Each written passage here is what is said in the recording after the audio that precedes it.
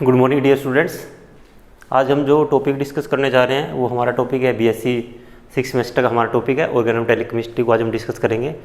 Organometallic chemistry वैसे तो हमने पहले से स्टार्ट किया है, इसमें हमारे अराउंड 9 to 10 वीडियो लेक्चर हो चुके हैं। जो हमारा आज का वीडियो लेक्चर होगा उसमें हम जो हमारे पास ऑर्गेनोमेटेलिक कंपाउंड है हम ऑर्गेनोलिथियम कंपाउंड के बारे में डिस्कस करेंगे। ऑर्गेनोलिथियम कंपाउंड क्या होते हैं, उसकी प्रिपरेशन क्या है, कैसे हम उनको सिंथेसाइज कर सकते हैं, कैसे हम उनको प्रिपेयर कर सकते हैं, उसकी प्रॉपर्टीज़ क्या है। प्रॉपर्टी के साथ हमारे पास एक जो उसमें टॉपिक है हमारे सिलेबस में स्ट्रक्चर एंड बॉन्डिंग, हम उसको डिस्कस करेंगे। सो जो आज का जो हमारा टॉपिक है वो क्या है, ऑर्गेनोमेटेलिक कंपाउंड में हम डिस्कस करेंगे organolithium compound.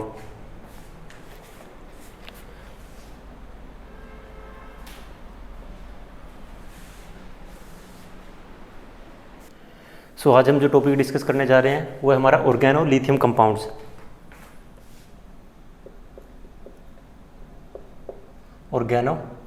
This one is the हमारा टॉपिक है ऑर्गेनो, ORGANO, ऑर्गेनोलिथियम कंपाउंड्स को हम डिस्कस करेंगे। अगर मैं सबसे हमारे ऑर्गेनोलिथियम कंपाउंड के बारे में हम बात करें तो सबसे बेसिक हमारे पास कंपाउंड क्या है, अल्काइल लिथियम। जनरली हम RLI की बात करते हैं, हम इसको कह सकते हैं R is a alkyl group, alkyl lithium. जो हमारे पास जो ये अल्काइल लिथियम होता है हमारे पास सबसे इम्पोर्टेंट रीजेंट होता है। मैं ऑर्गेनिक केमिस्ट्री की बात करूँ या इनऑर्गेनिक केमिस्ट्री की बात करूँ, दोनों के पॉइंट ऑफ व्यू से क्या हमारे पास सबसे इम्पोर्टेंट रहता है। और जनरली हम इसको यूज़ करते हैं RLI को भी हमारे पास क्या होता है कि यहाँ पे होता है R पे क्या होता है नेगेटिव चार्ज और लिथियम पे होता है पॉजिटिव चार्ज। अगर मैं ऑर्गेनिक रिएक्शन की बात करूँ, ऑर्गेनिक रिएक्शन में जो हमारे पास यहाँ पे R ग्रुप होता है एज ए न्यूक्लियोफाइल की तरह एक्ट करता है।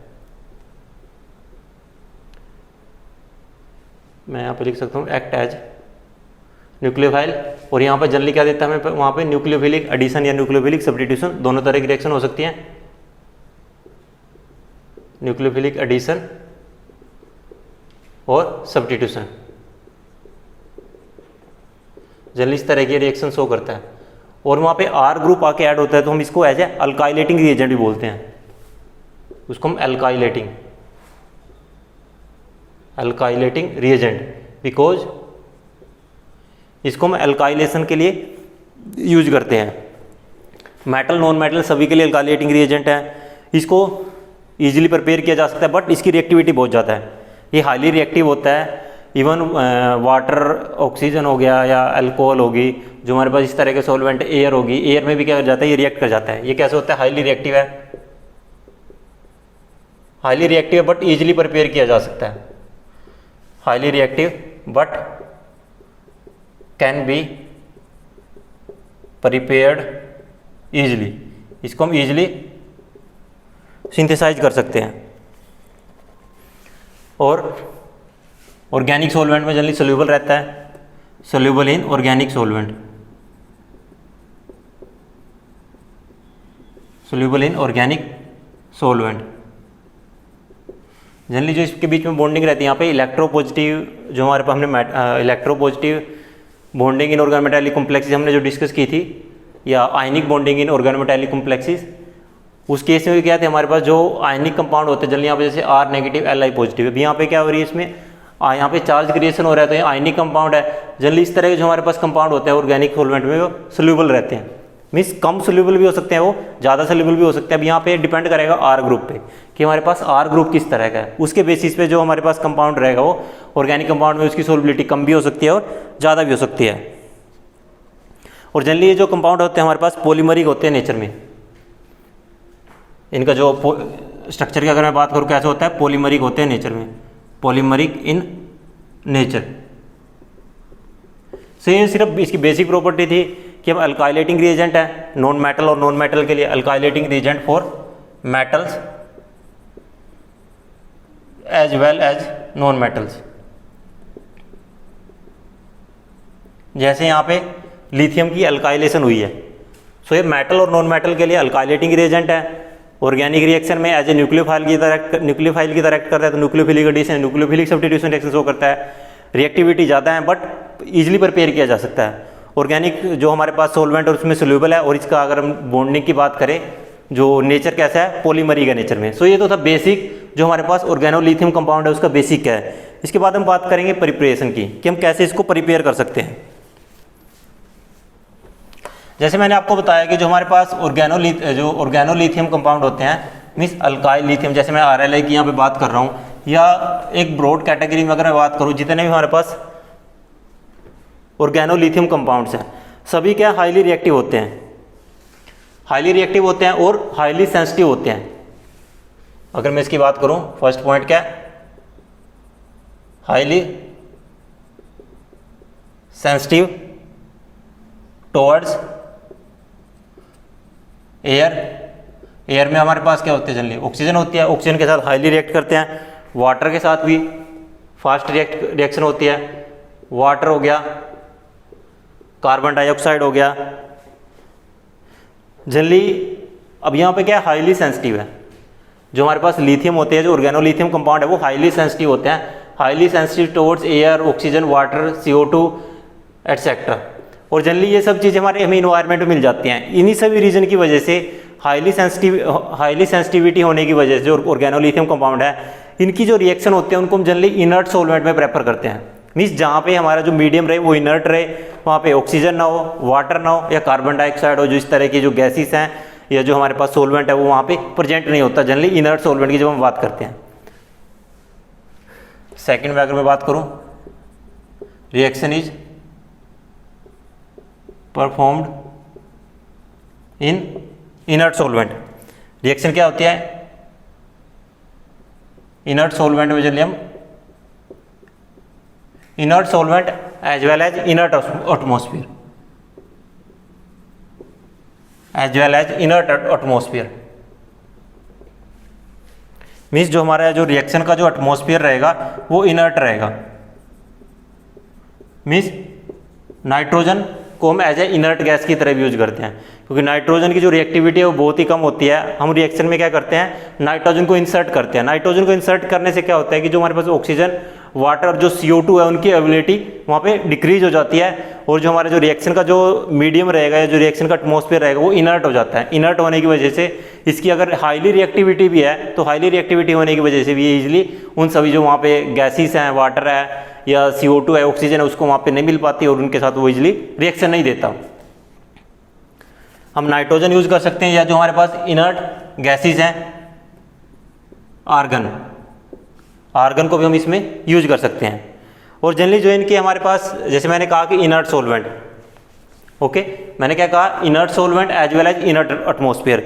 जो इनकी रिएक्शंस है या इनकी जो प्रिपरेशन है, रिएक्शन इज परफॉर्म्ड, इनकी जो प्रिपरेशन करते हैं हम, सिंथेसिस करते हैं, इस जो हमारे पास मॉलिक्यूल है जो अल्काइल लिथियम, इसको हम फॉर्मेशन करते हैं। थर्ड पॉइंट क्या होगा, preparation of alkyl lithium is carried out in inert solvent. Inert solvent हमारे पास जनरली नॉन कोऑर्डिनेटिंग सॉल्वेंट होंगे, वो सॉल्वेंट जो इजीली लिथियम के साथ कोऑर्डिनेशन ना करे, वहाँ पे उसके साथ कोई भी बॉन्डिंग वगैरह परफॉर्म ना करे। इनर्ट सॉल्वेंट में नॉन कोऑर्डिनेटिंग सॉल्वेंट आ जाएंगे। मैंने आपको जब सॉल्वेंट के बारे में पढ़ाया है तो नॉन कोऑर्डिनेटिंग सॉल्वेंट में हमारे पास किस तरह के सॉल्वेंट होते हैं। नॉन कोऑर्डिनेटिंग सॉल्वेंट में हमारे पास हमने नॉन एक्वस सॉल्वेंट, हमारा एक ये होता है BSc थर्ड सेम में होता है non aqueous solvent. So non aqueous solvent में हम स्टडी करते हैं कि हमारे पास कोऑर्डिनेटिंग सॉल्वेंट कैसे होते हैं, नॉन कोऑर्डिनेटिंग सॉल्वेंट कौन से होते हैं। कोऑर्डिनेटिंग सॉल्वेंट जो इजीली कोऑर्डिनेशन कर लेते हैं, जिस भी मॉलिक्यूल के साथ हम रिएक्शन कर रहे हैं, मेटल है वहाँ पे या कोई दूसरा आयंस है, अगर उसके साथ सॉल्वेंट बॉन्डिंग कर रहा है तो मीन्स वो कोऑर्डिनेटिंग सॉल्वेंट है। नॉन कोऑर्डिनेटिंग सॉल्वेंट हमारे पास जनरली होता है कार्बन टेट्राक्लोराइड हो गया, बेंजीन हो गया, नेफ्थलीन हो गया, जो इस तरह के हमारे पास सॉल्वेंट है, हेक्सेन हो गया, पेट्रोलियम ईथर हो गया, जो इजीली बॉन्डिंग नहीं करते। सो थर्ड पॉइंट क्या होगा,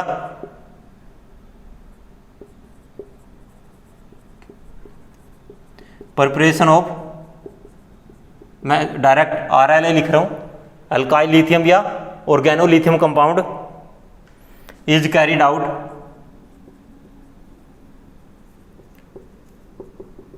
out in inert as well as non coordinating solvent.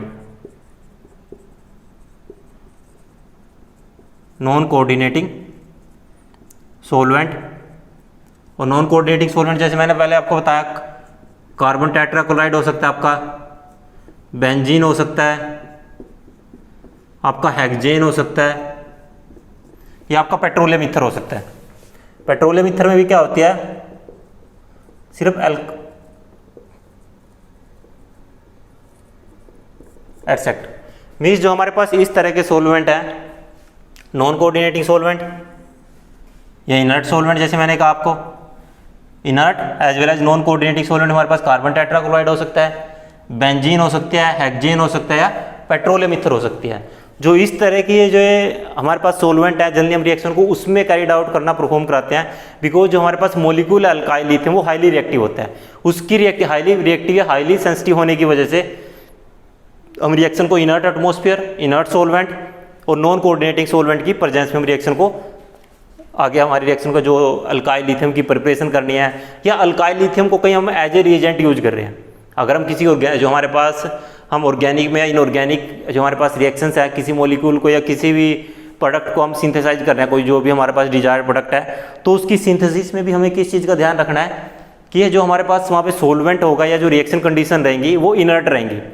Solvent होगा तो नॉन कोऑर्डिनेटिंग होगा या इनर्ट सोलवेंट होगा, और रिएक्शन किसकी एटमॉस्फेयर कैसा रहेगा, ये नहीं कि हमने डायरेक्ट कोई बीकर लिया और उसमें रिएक्शन को परफॉर्म करना स्टार्ट कर दिया।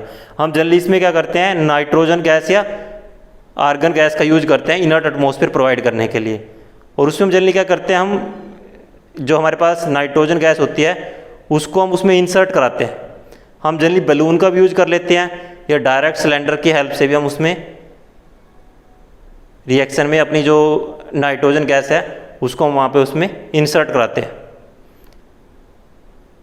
इनर्ट एटमॉस्फेयर में क्या होता है कि हमारा जो हम फाइनल प्रोडक्ट बनाना चाह रहे हैं उसके बनने के चांसेस ज़्यादा हो जाते हैं, और जो यील्ड रहती है रिएक्शन की वो भी अच्छी रहती है, यील्ड भी रिएक्शन में डाउन नहीं आती। और अगर हम किसी रिएक्शन को परफॉर्म करा रहे हैं तो ये सभी हमारे लिए बेसिक चीज़ें हैं।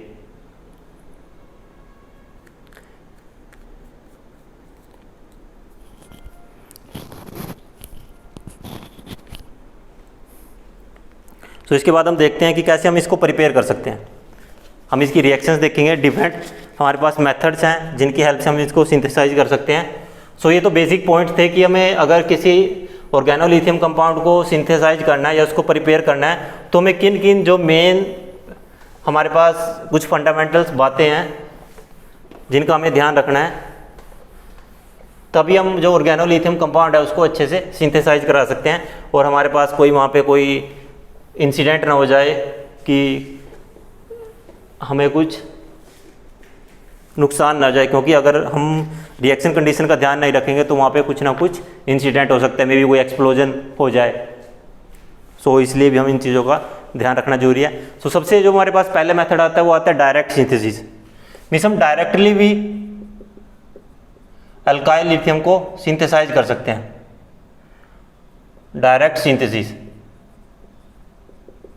डायरेक्ट सिंथेसिस में हम क्या करते हैं, लिथियम मेटल को अल्काइल हैलाइड के साथ ट्रीट करते हैं। अल्काइल हैलाइड जैसे मेरे पास क्या हो गया NC4H9Br, this one is n butyl bromide. N butyl bromide के साथ मैं रिएक्शन को कराता हूं तो मेरे पास क्या बनेगा, NC4H9 lithium, butyl lithium. Generally आपको ब्यूटाइल लिथियम इस तरह से मिलता है, बुक में लिखा हुआ, this one is butyl lithium, plus साथ में क्या निकलेगा, लिथियम ब्रोमाइड। डायरेक्ट सिंथेसिस में क्या है कि जो हमारे पास reaction between alkyl halide and lithium metal, alkyl halide और लिथियम मेटल के साथ जो हम रिएक्शन कराते हैं, जैसे मैंने पहले कहा आपको non coordinating solvent petroleum ether is diethyl ether, ET2 क्या ये वो क्या यहाँ पे डाइथाइल ईथर है, उसकी प्रेजेंस में हमें रिएक्शन को क्या कराना है, परफॉर्म कराना है। और हम क्या कर सकते हैं, लिथियम को मीन्स डिफरेंट टाइप के, जिस टाइप का मुझे अल्काइलेटिंग या ऑर्गेनोलिथियम रिएजेंट चाहिए उसके अकॉर्डिंग में अपने जो अल्काइल हैलाइड है उसको चूज करना है। अगर मैं यहाँ पे मिथाइल ब्रोमाइड ले रहा हूँ तो मिथाइल लिथियम बन जाएगा, तो मेरे पास क्या बन जाएगा, methyl lithium plus lithium bromide. Okay, इन रिएक्शन में एक चीज ऑब्जर्व की गई कि जो यील्ड रहती है रिएक्शन की वो कम रहती है। The yield is low when lithium metal of high purity used. जब हम लिथियम मेटल जो हम यूज कर रहे हैं अगर उसकी प्योरिटी ज़्यादा है, अगर उसकी प्योरिटी ज़्यादा है तब हमारे पास जो यील्ड रहती है रिएक्शन की वो कम रहती है। अगर लिथियम मेटल में कहीं पे कोई थोड़ा बहुत सोडियम का कंटेंट है तो सोडियम का कंटेंट क्या करता है वहाँ पे, जो रिएक्शन है उसको, जो यील्ड है उसको इंक्रीज करता है या उसको वहाँ पे वो फेवर करता है। The yield is low when lithium metal of high purity is used. Ordinary lithium contain a small amount of sodium. Generally जो हमारे पास लिथियम होता है, मैं यहाँ पे लिख भी देता हूँ, lithium in high purity decreases the, मैंने डाउनवर्ड एरो दिखाया, decreases the yield of reaction. जो यील्ड है वो क्या हो जाएगी, डिक्रीज हो जाएगी। सेकंड पॉइंट ये क्या कह रहा है कि जो लिथियम मेटल है जनरली वो क्या करती है, सोडियम मेटल के उसमें कुछ ट्रेसिस होते हैं। जो लिथियम मेटल होती है वो भी क्या करती है, सोडियम मेटल को कंटेन करती है, और जो वो क्या करता है, सोडियम मेटल होती है वहाँ पे एज ए रिएक्शन के इनिशिएटर करने के लिए और रिएक्शन को इम्प्रूव करता है। मैं यहाँ पे लिख देता हूँ traces of sodium metal in lithium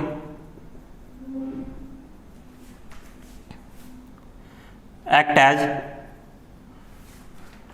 reaction initiator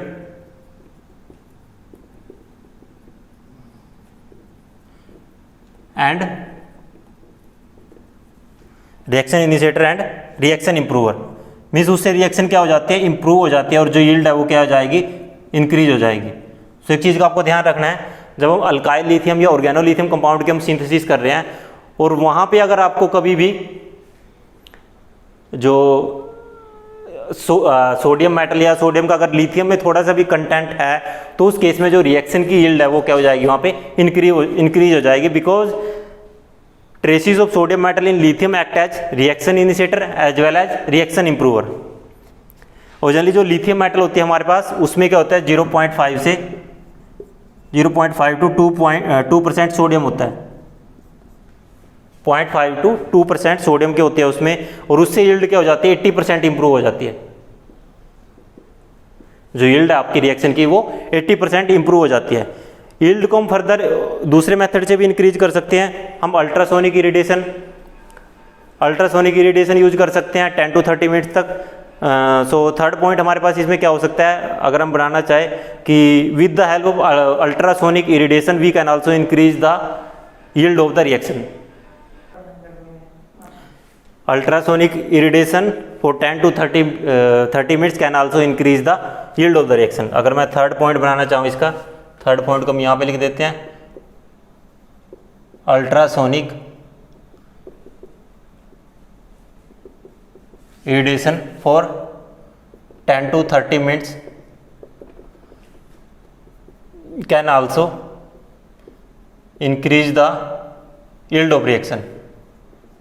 उससे भी क्या हो जाती है, जो रिएक्शन की यील्ड है वो इंक्रीज हो जाती है। ये तो हमारे पास था फर्स्ट मेथड में आपको डायरेक्ट सिंथेसिस में इन 2 to 3 बातों का ध्यान रखना है कि अगर लिथियम हाई प्योरिटी में रहेगा तो उस केस में जो यील्ड रहेगी वो लो रहेगी, और अगर सोडियम मेटल के ट्रेसिस उसमें आ जाते हैं तब भी क्या हो जाएगी, रिएक्शन की यील्ड इंक्रीज हो जाएगी।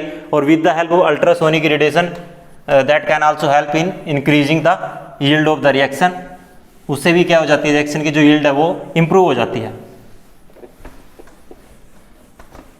सो इसके बाद हमारे पास इसमें नेक्स्ट मेथड क्या है, सेकंड मेथड की अगर मैं बात करता हूँ, reaction between lithium metal and organometallic compound with electronegativity higher than lithium. Means जो हमारे पास लिथियम मेटल है और ऑर्गेनो मेटालिक कंपाउंड कौन से, जिसमें जो मेटल साथ में यूज हो रही है ऑर्गेनो मेटालिक, मीन्स जो मेटल यूज हो रही है ऑर्गेनिक ग्रुप के साथ, उसकी जो इलेक्ट्रोनेगेटिविटी है वो लिथियम से ज़्यादा है। जैसे अगर मेरे पास यहाँ पे डाई मिथाइल मरकरी अगर मैं साथ में यूज करता हूँ तो उस केस मेरे पास क्या बनेगा, मिथाइल लिथियम प्लस जो मरकरी है वो वहाँ पे मुझे रिएक्शन में मिल जाएगा। और जनरली हमारे पास इसमें जो कौन कौन सी मेटल है जिनकी इलेक्ट्रोनेगेटिविटी लिथियम से ज़्यादा है, वो है हमारे पास मरकरी हो सकता है, टिन हो सकता है, लेड हो सकता है, जिंक हो सकते हैं। इन सभी के जो अल्काइल कंपाउंड है, अल्काइल कंपाउंड्स, उन सभी को हम क्या कर सकते हैं, लिथियम मेटल के साथ हम ऑर्गेनो लिथियम कंपाउंड की प्रिपरेशन में हम उसको यूज कर सकते हैं। थर्ड मेथड क्या है हमारे पास, जो organolithium derivatives metal metal exchange means हम मेटल का भी एक्सचेंज कर सकते हैं। जो मेरे पास ये जैसे मिथाइल लिथियम है और मैं मिथाइल लिथियम को किसी दूसरे ऑर्गेनोलिथियम कंपाउंड में कन्वर्ट कराना चाहता हूँ, सो मैं वहाँ पे क्या कर सकता हूँ, मैं कोई दूसरा कंपाउंड यूज कर सकता हूँ जहाँ पे मेटल मेटल का एक्सचेंज हो जाएगा। ओनली मेटल का एक्सचेंज होगा, वहाँ पे जो ऑर्गेनिक ग्रुप है हमारे पास उसका एक्सचेंज नहीं होगा।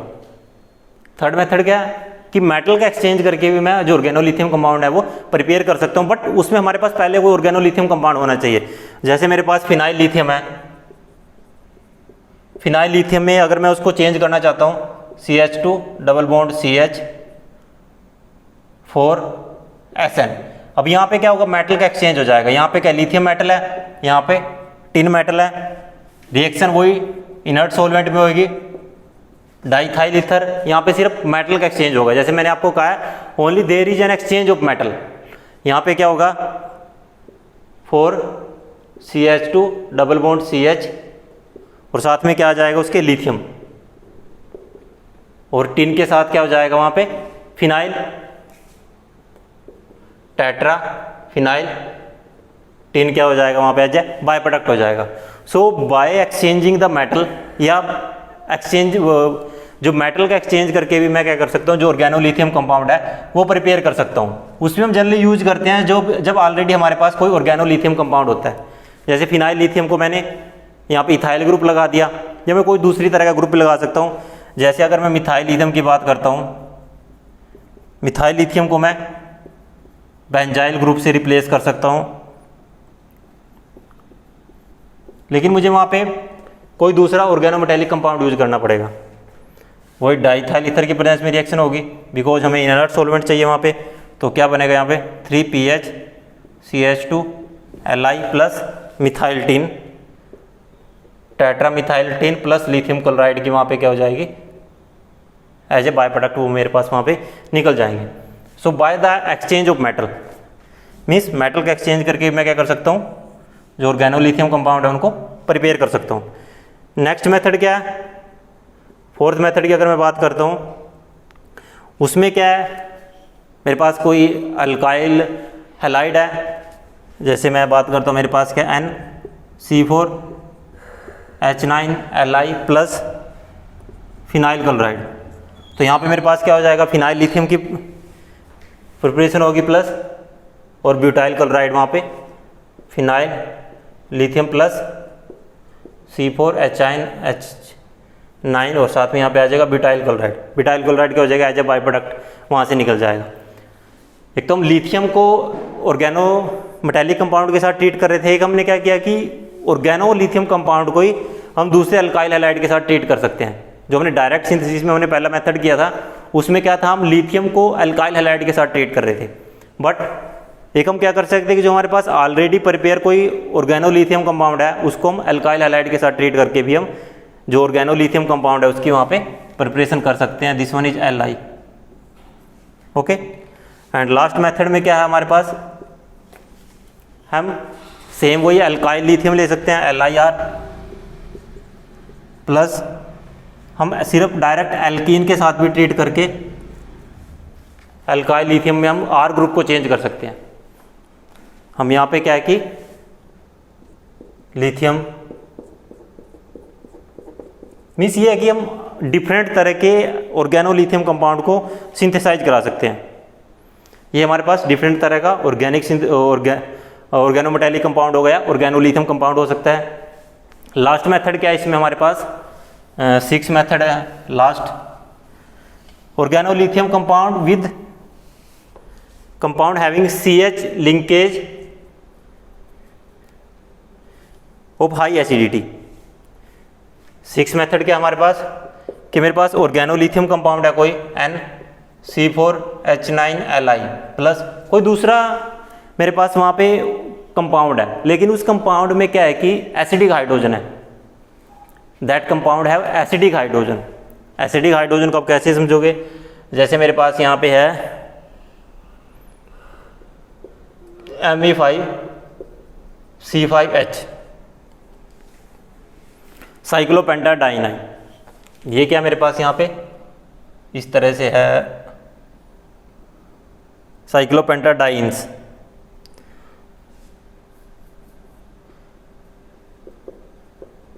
C5H5,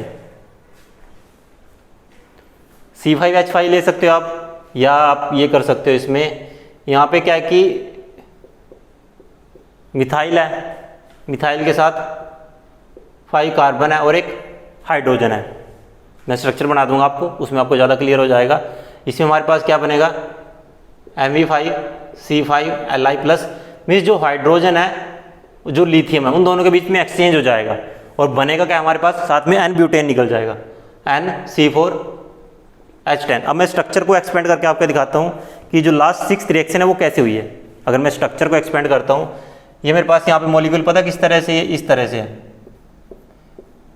यहाँ पे मिथाइल है, हेयर इज आल्सो मिथाइल, यहाँ पे भी क्या मिथाइल, यहाँ पे मिथाइल और यहाँ पे मिथाइल के साथ क्या हाइड्रोजन है। ये हाइड्रोजन रिप्लेस होकर यहाँ पे लिथियम मेटल लगा है।